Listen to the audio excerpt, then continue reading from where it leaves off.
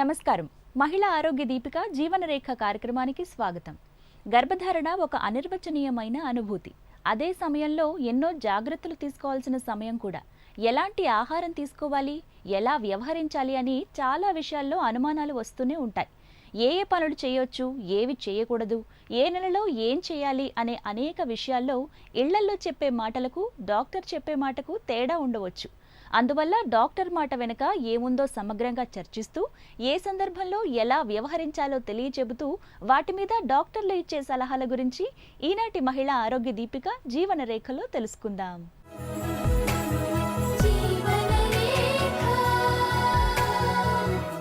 గర్భిణీకి రకరకాల ఆంక్షలు ఉంటాయి. తినే ఆహారం మొదలుకొని విశ్రాంతి తీసుకోవటం దాకా అడుగడుగున రకరకాల సూచనలు ఇస్తూ ఉంటారు. అయితే అందులో కొన్ని మూఢనమ్మకాలు ఉంటాయి. ఏది నిజమో ఏది మూఢనమ్మకమో తెలుసుకుని వ్యవహరించాల్సిన బాధ్యత గర్భిణీ మీద, ఆమె కుటుంబ సభ్యుల మీద ఉంటుంది. చేయదగిన పనులేంటో, చేయకూడని పనులేంటో ఇప్పుడు వివరంగా తెలుసుకుందాం.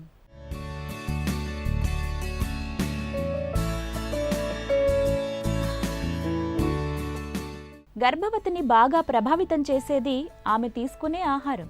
ఎందుకంటే దీని ప్రభావం ఆమెతో పాటు కడుపులోని బిడ్డపైన ఉంటుంది. తినే ప్రతిసారి తన బిడ్డ కోసం తింటున్నాననే స్పృహ ఉంటుంది. అందుకే బలవర్ధకమైన ఆహారం ఎంత ముఖ్యమో తినకూడని వాటిని దూరంగా పెట్టడం కూడా అంతే ముఖ్యం. గర్భిణీలు బ్యాక్టీరియా సంబంధిత ఫుడ్ పాయిజనింగ్ కి లోనయ్యే ప్రమాదం మెండుగా ఉంటుంది. అందువలన ఉడకని మాంసం, గుడ్లు తినకూడదు. టీ, కాఫీ లాంటివి పరిమితంగా తీసుకోవాలి. డాక్టర్ అనుమతిస్తే తప్ప హెర్బల్ టీ జోలికి పోకూడదు. పచ్చి గుడ్ల వాడకం మంచిది కాదు. అదేవిధంగా చేపలు తినటం ఆరోగ్యానికి మంచిదే అయినా కొన్ని చేపల్లో పాదరసం స్థాయి ఎక్కువగా ఉండే అవకాశం ఉండటం వలన వాటి జోలికి వెళ్లకూడదు. అలాంటి చేపలు తినటం వలన శిశువు నాడీ మండలం మీద చాలా పెద్ద ప్రభావం ఉంటుంది. అదేవిధంగా బొప్పాయి తినటం వలన గర్భస్రావం అవుతుందనేది కేవలం అపోహ మాత్రమే. కాబోయే తల్లికి మంచి పోషకాహారం ముఖ్యం కాబట్టి పచ్చటి ఆకుకూరలు, గుడ్లు, పండ్లు, మాంసం లాంటి ఆహారం తీసుకోవాలి. సాధారణంగా మన ఆహారంలో ఎక్కువగా పిండి పదార్థాలున్న పప్పులు, ధాన్యాలు, గోధుమలు, బియ్యం, జొన్నలు, రాగులు, బంగాళదుంపలు, కర్రపెండలం, చిలగడ దుంపలు, అరటి, బ్రెడ్, పండ్లు ఉంటాయి. వీటితో పాటు మాంసకృత్తులు ఎక్కువగా ఉన్న ఆహారం తీసుకోవాలి. ఇద్దరి కోసం తినాలి అని చెబుతుంటారు కానీ అంత మాత్రాన రెట్టింపు క్యాలరీలు తినాలని కాదు. మితిమీరి బరువు పెరగటం వలన కాన్పులో ఇబ్బందులతో పాటు పుట్టబోయే బిడ్డకు ఊబకాయం రావచ్చు. గర్భం దాల్చిన స్త్రీలు సరైన పోషక విలువలు ఉన్న ఆహారం తీసుకోవాలి. సరైన మాంసకృతులు అంటే ప్రోటీన్ ఒక 40%, 35 to 40% ఉండాలి. ప్రోటీన్ అంటే పప్పులు, నాన్ వెజిటేరియన్, బీన్స్, పీస్ అలాంటివి. మిగతాది ఒక 40 to 50% కార్బోహైడ్రేట్ తీసుకోవాలి. దాంట్లో వైట్ రైసే కానీ, బ్రౌన్ రైసే కానీ, కొర్రలే కానీ, మిల్లెట్సే కానీ అన్నీ ఉండవచ్చు. చపాతీ, జొన్న రొట్టె అన్నీ కార్బోహైడ్రేట్స్ కింద వెళ్తాయి. తర్వాత మిగతా శాతం ఏమో ఫ్యాట్ తీసుకోవాలి. ఒక 8 to 9% ఫ్యాట్ తీసుకోవాలి. విటమిన్స్, మినరల్స్ ఒక 10% తీసుకోవాలి. విటమిన్స్, మినరల్స్ అంటే పండ్లు, గ్రీన్ లీఫీ వెజిటబుల్స్, అన్ని కలర్ఫుల్ ఫ్రూట్స్, కలర్ఫుల్ వెజిటబుల్స్లో విటమిన్స్, మినరల్స్ ఉంటాయి. తర్వాత ఈ పోషక విలువలు సమతుల్యంగా లేకపోతే రక్తహీనత, నోరు పగలడము, B complex deficiency, vitamin D deficiency ఇవన్నీ ఉంటాయి. నాన్ వెజిటేరియన్ తినేవాళ్ళు మాత్రం మానేయకూడదు. నాన్ వెజిటేరియన్లో ఈజీగా అవైలబుల్ ఉంటాయి ప్రోటీన్స్. ఎగ్ యోక్ ఒకటి తినాలి రోజుకి. వైట్స్ 2-3 తినొచ్చు. యోక్ మిస్ చేస్తే fat soluble vitamins like A, D, E, K ఇవి ఫ్యాట్లో దొరికే వైటమిన్స్. ఇవి ఉండవు వెజిటబుల్స్లో ఎక్కువగా, కాబట్టి ఇవన్నీ తీసుకోవాలి. ఇంకా నాన్ వెజ్ తినని వాళ్ళు ఎక్కువ డ్రై ఫ్రూట్స్ మీద ఫోకస్ చేయాలి. Fresh fruits, lentils, peas, pulses ఇవి తినాలి. తినకూడని డైట్లో ముఖ్యంగా సీ ఫుడ్ వస్తుందండి. సముద్రం నుంచి పట్టి తెచ్చిన వాటిలో మెర్క్యూరీ పాయిజనింగ్ ఉండవచ్చని అవి తినొద్దని చెప్తాం. ఆ తర్వాత కెఫీన్ తక్కువ వాడమంటాం. Not more than 2 cups of tea or coffee per day. Unboiled food ఏది తినొద్దు. రా సలాడ్స్ కానీ, లేకపోతే రా ఎగ్స్ కానీ, అంటే స్క్రాంబుల్డ్ ఎగ్స్ అని, పోచ్డ్ ఎగ్స్ అని, హాఫ్ బాయిల్డ్ అని, ఇట్లాంటివన్నీ హాఫ్ బాయిల్డ్ అవి తింటే ఏదైనా ఇన్ఫెక్షన్స్ రావచ్చు ప్రెగ్నెన్సీలో. పారాసైటిక్ ఇన్ఫెక్షన్స్ కానీ, బ్యాక్టీరియల్ ఇన్ఫెక్షన్ కానీ. కాబట్టి ఏది తిన్నా, మొలకలు తిన్నా, నాన్ వెజ్ తిన్నా, వెజ్ తిన్నా అన్నీ కుక్డ్ అంటే వండినవే, బాయిల్ చేసినవే తినాలి. తర్వాత ఆల్కహాల్ తాగొద్దండి. ఏ విధంగా అయినా ప్రెగ్నెన్సీలో మత్తు పదార్థాలు సేవించొద్దు, ఏ రకమైన అయినా. తర్వాత ఫ్రూట్ జ్యూసెస్ కంటే ఎప్పుడు ఫ్రూట్సే కోసుకొని తినడం బెటర్. ఆ ఫైబరు అదంతా కూడా బెనిఫిట్ వస్తుంది. కడుపు కూడా బాగా నిండినట్టు ఉంటుంది, వెంటనే ఆకలి అయినట్టు ఉండదు. చీజ్ కూడా చాలా ఏళ్ళ తరబడి దాన్ని మగబెట్టి డీప్ ఫ్రిడ్జ్లో పెట్టి చీజ్ అని అదని బయట నుంచి తెచ్చుకొని ఫాస్ట్ ఫుడ్స్ తినకపోవడమే నయము ప్రెగ్నెన్సీలో. గర్భం ధరించాక చాలా మందికి బెడ్ రెస్ట్ తీసుకోవాల్సిందిగా సిఫార్సు చేయటం చూస్తూ ఉంటాం. అలా విశ్రాంతి తీసుకోవటం వలన పిండానికి ఎక్కువ రక్త సరఫరా జరిగే అవకాశం ఉంటుంది. అయితే ముందస్తు కాన్పు జరగకుండా సహాయపడుతుంది అనటానికి మాత్రం ఎలాంటి ఆధారాలు లేవు. విశ్రాంతి సిఫార్సు చేయటంలోనూ రకాలు ఉన్నాయి. పిల్లల్ని ఎత్తుకోవటం లాంటి బరువు పనులేవి చేయకుండా ఇంటి పరిసరాలకే పరిమితం కావటం ఒక పద్ధతి. మరికొన్ని సందర్భాల్లో మాత్రం చాలా నిక్కచ్చిగా పాటించాల్సి ఉంటుంది. స్నానానికి బాత్రూంకి తప్ప లేవకుండా కూర్చోవటమో పడుకోవటమో మాత్రమే చెయ్యాలని చెప్పటం. అలాంటప్పుడు కాన్పు అయ్యేదాకా అలాంటి విశ్రాంతి అవసరమవుతుంది. అదేవిధంగా గర్భిణీగా ఉన్నప్పుడు శృంగారంలో పాల్గొనటం మీద చాలా అపోహలున్నాయి. ఎలాంటి సమస్యలు లేని నార్మల్ ప్రెగ్నెన్సీ అయితే శృంగారంలో పాల్గొనటం మీద ఏ విధమైన అభ్యంతరాలు ఉండనక్కర్లేదు. అయితే గర్భిణీకి ముందస్తు కాన్పు జరిగే ప్రమాదం ఉందనుకున్నప్పుడు, కట్టివలయంలో సమస్యలు, మాయపొర దెబ్బతినటం, సుఖరోగాలు ఉన్నప్పుడు మాత్రం శృంగారంలో పాల్గొనవద్దని డాక్టర్ సూచిస్తారు. స్నానం విషయంలో కూడా కొన్ని అపోహలు ఉన్నాయి. ముఖ్యంగా వేడినీళ్ల స్నానం మంచిదా కాదా అనే విషయంలో కేవలం గోరువెచ్చని నీళ్ల వరకే పరిమితం కావాలనేది డాక్టర్ అభిప్రాయం. దేహ ఉష్ణోగ్రతను 102.2 డిగ్రీల ఫారెన్హీట్ కి మించి తీసుకువెళ్లే వేడి జోలికి వెళ్లకూడదని చెబుతారు. వీలైనంత వరకు శరీరాన్ని చల్లగా ఉంచుకోవటమే మంచిది.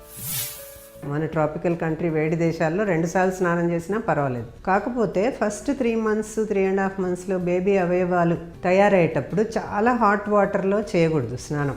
చాలా హాట్ వాటరు, అది 20 నిమిషాల కంటే ఎక్కువసేపు స్నానం చేస్తే మన బాడీ టెంపరేచర్ పెరిగిపోయి బేబీకి తయారయ్యేటప్పుడు ఎక్కడో ఒక లోపం రావచ్చు.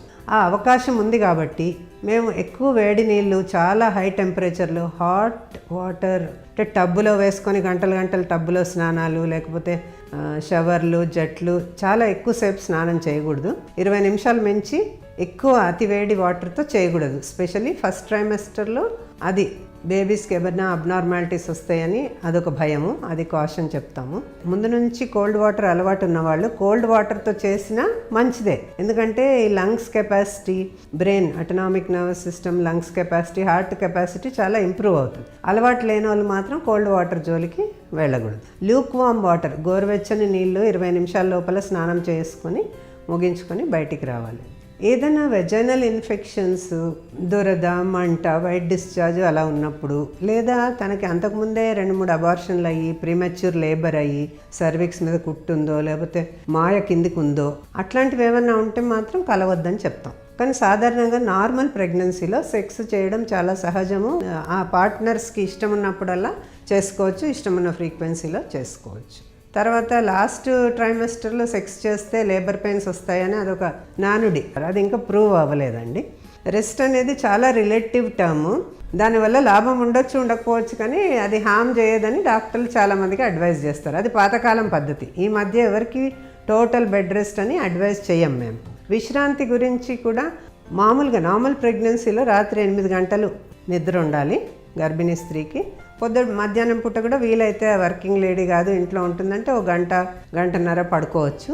రాత్రి మాత్రం కరెక్ట్గా early to bed early to rise అన్నట్టు త్వరగా నిద్రపోవాలి, త్వరగా లేవాలి, 30 minutes వాకింగ్ చేయాలి. గర్భిణీల్లో హార్మోన్ల మార్పు వలన థైరాయిడ్ సమస్య వచ్చే అవకాశం ఎక్కువ కాబట్టి థైరాయిడ్ పరీక్షలు చేయించుకోవటం అవసరం. ఈ సమస్య గర్భస్రావానికి సైతం దారితీసే ప్రమాదం ఉంది. గర్భవతికి ఎక్కువ చెమటలు పట్టడం సహజం. ఈస్ట్రోజన్ స్థాయి తగ్గి ఉష్ణోగ్రత మార్పులకు సెన్సిటివిటీ పెరగటం వలన ఇలా జరుగుతుంది. అందుకే ఎక్కువగా మంచినీళ్లు, నిమ్మరసం, కొబ్బరి నీళ్లు, తాజా పండ్ల రసాలు తీసుకోవాలి.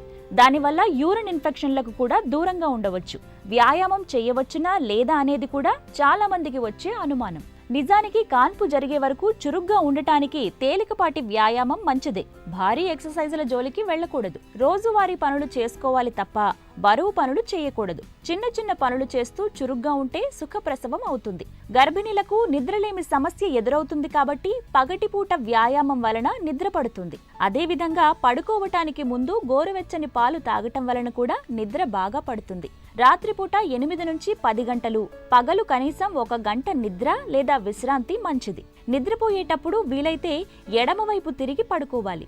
గర్భిణీలకు కొన్ని ఘాటైన వాసనలు పడవు. కొన్ని రకాల కాస్మెటిక్స్ కూడా ఇన్ఫెక్షన్లకు దారితీయవచ్చు. కాళ్లకు సరిపోయే సౌకర్యవంతమైన చెప్పులు ధరించాలి. ఎత్తు మడమల చెప్పులు వాడకూడదు. గర్భిణీలు ఎంత బరువు పెరుగుతున్నది గమనించుకుంటూ ఉండాలి. 9వ నెల కల్లా 8 నుంచి 9 కిలోల బరువు పెరగాలి. చివరి నెలలో అకస్మాత్తుగా బరువు పెరగటం కూడా మంచిది కాదు. ప్రెగ్నెన్సీ అని డయాగ్నోస్ కాగానే వర్క్ మానేయమని చెప్పాం. లాస్ట్కి ఇంకేదైనా మెడికల్ ప్రాబ్లమ్స్ ఉంటే ఆ ప్రెగ్నెన్సీలో బీపీ కానీ, షుగర్ కానీ, బేబీ సరిగ్గా పెరగకపోవడం కానీ, కొందరికి ప్రొలాంగ్డ్ స్టాండింగ్ వర్క్ ఉంటుంది. అట్లాంటప్పుడు అక్కడ నుంచి జరగడానికి వీలు ఉండదు, సరిగ్గా తినడానికి టైం ఉండదు. అట్లాంటప్పుడు బేబీ చిన్నగా అయిపోతుందో, ఉమ్మనీరు తగ్గుతుందో, అట్లాంటి కారణాలకు మేము వర్క్ మానేసి ఇంట్లో ఉండమంటాం. లేకపోతే సాధారణంగా ఇవన్నీ చేయొచ్చు. తర్వాత చేయకూడని పనులు అంటే ఈ ఇన్సెక్టిసైడ్లు కొట్టడము, గెమాక్సిన్ కొట్టడము, ఫార్మా ఇండస్ట్రీలో పదే టాక్సిక్ ఫ్యూమ్స్ పీల్చడము, అట్లాంటి వర్క్స్లో ఉన్న వాళ్ళని ఆ వర్క్ చేయొద్దని చెప్తాము. జర్కీ మూమెంట్స్, స్పోర్ట్స్, జిమ్లోకి వెళ్ళి అది లేపడం ఇది లేపడము, వెయిట్ లిఫ్టింగ్, అలాంటి పనులు ఉన్న వాళ్ళను ఆ పనులు మానేయమని చెప్తాం. తర్వాత చిన్నపిల్లలు ఉన్న వాళ్ళకు కూడా ఒక బేబీని ఎత్తుకోవాల్సి వస్తుంది ప్రెగ్నెన్సీ ఉన్నా కానీ. అట్లాంటప్పుడు కూడా కొన్ని జాగ్రత్తలు చెప్తాము. కూర్చొని మోకాళ్ళలోంచి బేబీని ఎత్తుకోమని చెప్తాము. ఏదైనా బరువు లేపినా అలాగే చెప్తాము. మోడిఫై చేసుకోవాలి, స్లో డౌన్ కావాలి. ఇప్పుడు గబగబా ఒక మాల్లో పోతారు, సినిమా చూడడానికి పోతారు, ఎస్కలేటర్ ఎక్కుతారు. ప్రతి వర్క్ చేయొచ్చు, చేయకూడదు ఏమీ లేదు. కానీ వాళ్ళ పేస్ తగ్గించుకోవాలి, స్లో డౌన్ అయ్యి జాగ్రత్తగా ఎక్కడా స్లిప్ అవ్వకుండా ఎందుకంటే ఒక చిన్న పొరపాటు స్టెప్ వేసినా కానీ తల్లికి బిడ్డకు నష్టం కాబట్టి అలా చెప్తామన్నమాట. ఇవన్నీ dos and don'ts of work. ముందు ఎంత చేసేవాళ్ళో అంత చేయొచ్చు చివరిదాకా కూడా. గర్భధారణ ఎంత ఆనందకరమో అప్పటి నుంచి ఎదురయ్యే ప్రశ్నలు అంత ఆందోళనకరం. ఏది చెయ్యాలి, ఏది చెయ్యకూడదు, ఏది నిజం, ఏది అపోహ, ఏది ఆరోగ్యకరం, ఏది అనారోగ్యానికి దారితీస్తుంది అనే విషయంలో స్పష్టత చాలా అవసరం. అనుభవంతో పెద్దలు చెప్పే మాటల్లో నిజం ఉండవచ్చు, కానీ ఆధునిక శాస్త్ర పరిజ్ఞానం మీద అవగాహన ఉన్న డాక్టర్లు చెప్పే శాస్త్రీయ సూచనలు పాటించటం అంతకన్నా ముఖ్యం. అందుకే గర్భిణీలు పాటించాల్సిన సూత్రాల మీద అవగాహన పెంచుకోవటంతో పాటు డాక్టర్ సలహాలను క్రమం తప్పకుండా పాటించటం మంచిది. గర్భిణీల్లో రక్తపోటు అనగానే భయపడాల్సిన అవసరం లేదు. అలా అని నిర్లక్ష్యం చేయటం కూడా మంచిది కాదు. గర్భిణీ తన గురించి, తన బిడ్డ గురించి జాగ్రత్త పడే క్రమంలో రక్తపోటు స్థాయిని క్రమం తప్పకుండా పరీక్షించుకోవాలి. సాధారణంగా ఇలాంటి రక్తపోటు గర్భం దాల్చిన 20 వారాలకు వస్తుంది. అయితే దీన్ని సకాలంలో గుర్తించడం అన్నది చాలా ముఖ్యం. కార్యక్రమంలో ఇప్పుడు సమస్యలు, వాటికి సలహాలను చూద్దాం.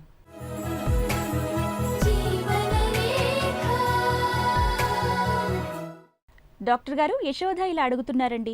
శృంగారంలో పాల్గొన్న వెంటనే మగవాళ్లు మూత్రానికి వెళ్ళవచ్చు, కానీ ఆడవాళ్లు కనీసం పావు గంట సేపు ఆగాలని మా ఫ్రెండ్ చెప్పింది. వీర్యకణాలు లోపలికి పోయే లోపల మూత్ర విసర్జనకు వెళ్లటం వలన మూత్రంతో పాటే వీర్యకణాలు బయటికి వెళ్లిపోతాయని, దానివలన గర్భధారణ జరగకపోయే ప్రమాదం ఉందని అంటోంది. ఇది నిజమేనా, కేవలం నా మూఢనమ్మకమా? తెలియచేయండి అంటూ అడుగుతున్నారు. అమ్మ యశోద, మీకు ప్రెగ్నెన్సీ రావడానికి కోసం ట్రై చేస్తున్నట్టున్నారు. కలవగానే మీరు ఒక 15 మినిట్స్ పడుకుని ఉంటేనే మంచిదని మీ ఫ్రెండ్ చెప్పడం అనేది జరిగింది. యూజువల్గా ఏంటంటే కలవగానే వీర్యకణాలు వెంటనే గర్భసంచి మూతి ద్వారా పైకి వెళ్ళిపోతాయమ్మా, వెంటనే వెళ్ళిపోతాయి. కాకపోతే ఏంటంటే మనకి ఏ లిటరేచర్లోనూ అది సైంటిఫిక్గా ప్రూవ్ కాకపోయినప్పటికీ కూడా జనరల్గా మేము పేషెంట్స్కి అడ్వైస్ చేస్తాము. మీరు రెస్ట్ రూమ్కి వెళ్ళకండి, కాసేపు అలాగే పడుకుని ఒక 15 మినిట్స్ ఉండండి అనేది మనము అడ్వైస్ చేయడం అనేది జరుగుతుంది. దీనివల్ల ఎంత ఉపయోగం ఉన్నది అనేది మనం చెప్పలేము, కానీ ఒకవేళ మీరు ప్లాన్ చేసుకుంటుంటే కనుక డెఫినెట్గా హస్బెండ్తో పాటు కలిసినాక మీరు ఒక 15 మినిట్స్ రెస్ట్ రూమ్కి వెళ్ళకుండా పడుకుని ఉండడం అడ్వైజబుల్లే. డాక్టర్ గారు, ప్రసూన ఇలా అడుగుతున్నారండి. నా వయసు 24 సంవత్సరాలు, 5 నెలల గర్భవతిని. నాకు అప్పుడప్పుడు కొద్దిపాటి రక్తస్రావపు చారికలు కనపడుతున్నాయి. గర్భిణీలో బ్లీడింగ్ లక్షణాలు కనపడితే అది గర్భస్రావమని ఎలా అనుకోవాలో అర్థం కావటం లేదు.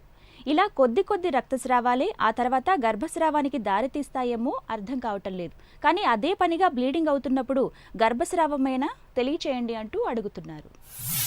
అమ్మ ప్రసూన, ప్రెగ్నెన్సీలో ఎలాంటి పీరియడ్లోనే అంటే ప్రెగ్నెన్సీ ఫస్ట్ మంత్లో అవనివ్వండి, 9th మంత్లో అవనివ్వండి, బ్లీడింగ్ అనేది నార్మల్ సిమ్టమ్ కాదు. సో ఎప్పుడైతే ప్రెగ్నెన్సీలో బ్లీడింగ్ ఉందో మీరు ఎమ్మటే దగ్గరున్న డాక్టర్ దగ్గరికి వెళ్ళటం అనేది అడ్వైజబుల్. డాక్టర్ దగ్గరికి వెళ్ళి మీకు 5th మంత్ ప్రెగ్నెన్సీ అని చెప్పి ఒకవేళ అవసరమైతే మళ్ళీ అల్ట్రాసౌండ్ స్కానింగ్ చేస్తారు. ఒక్కొక్కసారి ప్లాజెంటా ఒకవేళ కింద గర్భసంచి కింద భాగాన్ని ఇంప్లాంట్ అయితే కనుక మీకు బ్లీడింగ్ అయ్యే అవకాశం ఉంటుంది. లేదంటే సర్వైకల్ ఎరోజన్స్ అంటే గర్భసంచి మూతిలో ఏవైనా పుండుగా మారినా కూడా, ఏమైనా పాలిప్స్ ఉన్నా కూడా మీకు అంటే పాలిప్స్ అంటే చిన్న ద్రాక్ష పండు లాంటి ఫ్లెష్ గ్రోత్స్ ఉంటాయి గర్భసంచి మూతి మీద, వాటి వల్ల కూడా ఆన్ అండ్ ఆఫ్ బ్లీడింగ్ అవ్వచ్చు.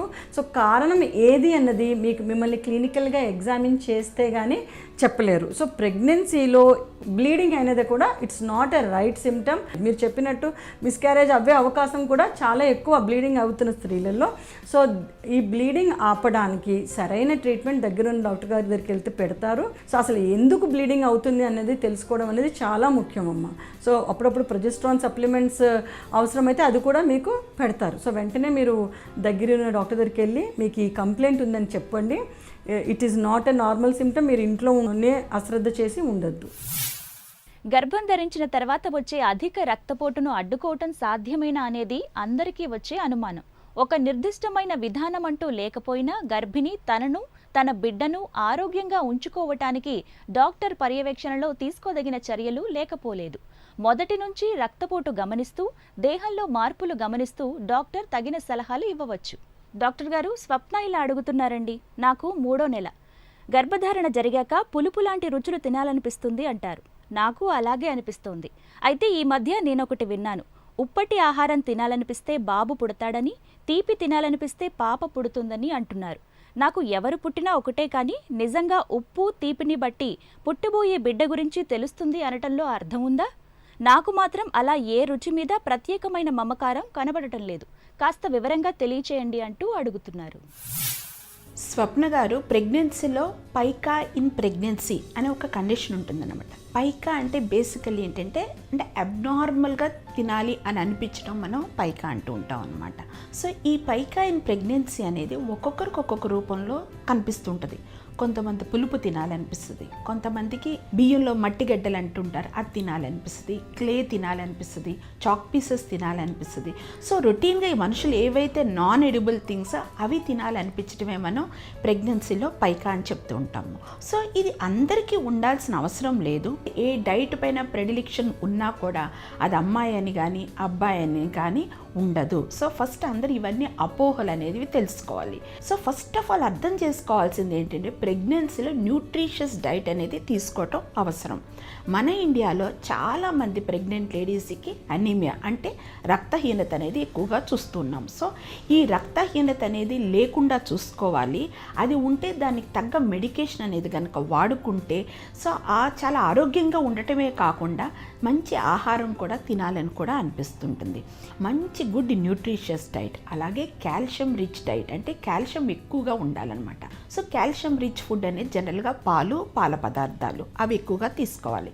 అలాగే ఐరన్ రిచ్ ఫుడ్ అంటే ఈ ఐరన్ అయితే ఎప్పుడైతే ఎక్కువగా ఉంటుందో అనీమియాని ప్రివెంట్ చేయొచ్చు. సో ఇలాంటి ఫుడ్స్ ఏంటి, ఆకుకూరలు అనేవి, ఫిగ్ అంటాం, ఫిగ్స్ అనేవి, జాగరీ. సో జాగరీ అంటే బెల్లం. సో బెల్లంతో తీసుకునే ప్రోడక్ట్స్ అనేవి చాలా ఇంపార్టెంట్. ఏవైనా ప్రెగ్నెన్సీలో అధిక మోతాదులో తీసుకోకూడదు. ఒకవేళ స్వీట్స్ కనుక తినాలనిపిస్తే పాలతో చేసిన స్వీట్లు, బెల్లంతో చేసిన స్వీట్లు తీసుకుంటే కనుక ఐరన్, కాల్షియం రెండు కూడా మంచిగా సమృద్ధిగా లభించి ప్రెగ్నెన్సీ హెల్తీగా ఉంటుంది.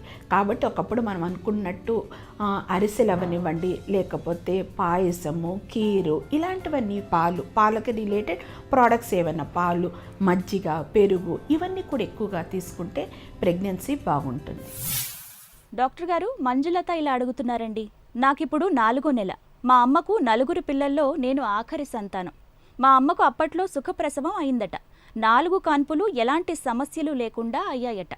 అలా మా అమ్మకు సునాయాసంగా నార్మల్ డెలివరీ అయింది కాబట్టి నాకు కూడా అలాగే నార్మల్ డెలివరీ అయ్యే అవకాశం ఉందా? అంటే ఇది వంశపారంపర్యంగా వచ్చే లక్షణమేనా? తెలియచేయండి అంటూ అడుగుతున్నారు. మంజులత గారు, మీరు అడిగిన ప్రశ్నకు గనక మనం సమాధానం ఆలోచిస్తే, కాంప్లికేషన్స్ ఇన్ ప్రెగ్నెన్సీ లైక్ బీపీలు అవనివ్వండి, లేకపోతే షుగర్లు అవనివ్వనండి, లేదా ప్రెగ్నెన్సీ ముందే అధిక బరువుతో ప్రెగ్నెన్సీని ప్లాన్ చేయటం, ఇవన్నీ కూడా నార్మల్ డెలివరీ అయ్యే ఛాన్సెస్ని తగ్గించేస్తున్నాయని ముందు పబ్లిక్ గమనించాలి. సో ముందుగా ఇలా నార్మల్ డెలివరీ అవ్వాలంటే ఒట్టి డాక్టర్ల సైడ్ నుంచే కాదు, సో పేషెంట్ సైడ్ నుంచి కూడా ఎంతో కృషి అనేది అవసరం. మన లైఫ్ స్టైల్లోనే చేంజ్ రావాలి. ఎప్పుడైతే మన లైఫ్ స్టైల్లో చేంజ్ వచ్చి దృఢ నిశ్చయంతో మంచిగా డాక్టర్ చెప్పినట్టు డైట్ అండ్ ఎక్సర్సైజ్ ఫాలో అవుతూ సరైన యాంటీనేటల్ చెకప్స్లో ఉంటారో అప్పుడు నార్మల్ డెలివరీ అయ్యే ఛాన్సెస్ ఎక్కువ ఉంటుంది. సో అప్పుడు డాక్టర్స్ ఎక్కువగా ట్రై చేస్తారు. లేదు మీరు సెడెంటరీ లైఫ్ స్టైల్లో ఉండి అసలు నొప్పులు భరించలేక పెద్ద పెద్ద బేబీస్ని పెట్టుకొని లాట్ ఆఫ్ కాంప్లికేషన్స్ని పెట్టుకుంటే నార్మల్ డెలివరీ అవ్వాలన్నా అవ్వదు.